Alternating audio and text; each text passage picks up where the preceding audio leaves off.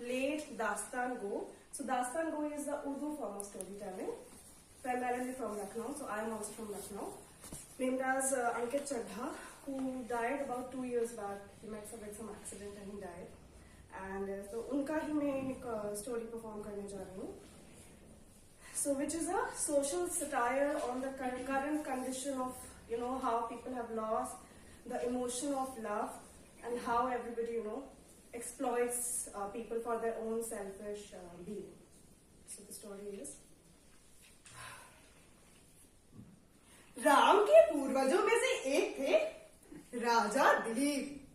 बहुत प्रतापी राजा थे, लेकिन उनकी औलाद न होती थी. अपने गुरुजी के पास गए और उसका हल और वजह जाननी चाहिए. गुरुजी ने ध्यान लगाकर ये मालूम किया कि राजा कभी फिरदौस रहे थे और वहां की चमक धमक और खूबसूरती में ऐसा खो गए कि कलतम के नीचे बैठी कामधेनु गाय को आदाब तक पेश नहीं किया. तो बस कामधेनु की तौहीन का दोष इन्हें लग गया और औलाद की ख्वाहिश अधूरी रह गई. गुरुजी ने ये बताया कि देखिए, कामधेनु गाय तो इस धरती पे आ नहीं सकती, ये तो नामुमकिन है. आप ऐसा कीजिए कि उसकी बिटिया नंदिनी गाय को लाके उसकी सेवा कर लीजिए. तो बस राजा दिलीप महर्षि वशिष्ठ के आश्रम में गए और उनके यहाँ से अपने नंदिनी गाय को ले आए.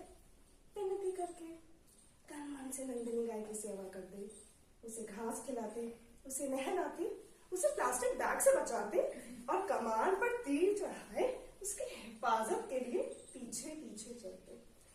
राजा का गाय के लिए प्रेम कुछ ऐसा था कि जहां जाता सब्जा खिल जाता, तालाब पानी से भर जाता और जंगल में लगी आग ठंडी पड़ जाती. 3 गुना साल बीत गए कि गाय चलते चलते एक घने जंगल में आ गई. यकायक गाय के सामने एक शेर आया और अपनी आवाज बुलंद करके गाय को रोकते हुए बोला कि तुमने यहाँ की घास खाई है, अब इसकी सजा ये कि मैं अब तुम्हें खाऊंगा.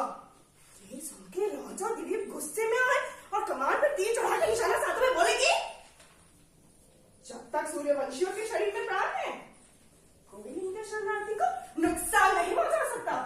ये सुन के शेर बोला, राजा, ये मेरे अब गाय के बीच का झगड़ा है, तुम इससे बाहर रहो.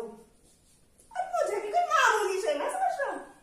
मेरा नाम कुंभोल है. खुद बोले ना कि मुझे जंगल का रखवाला मुकर्रर किया है और उन्हीं की कृपा से कोई अस्त्र कोई शस्त्र मुझे छेड़ नहीं सकता. लौट जाओ. ये सुन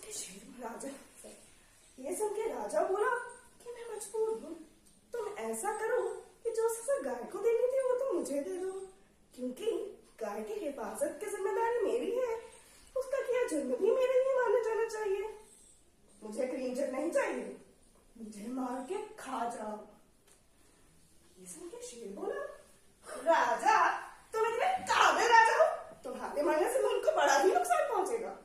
लेकिन राजा दिलीप ने एक न सुनी और आंखें मूंद के शेर के सामने लेट गए.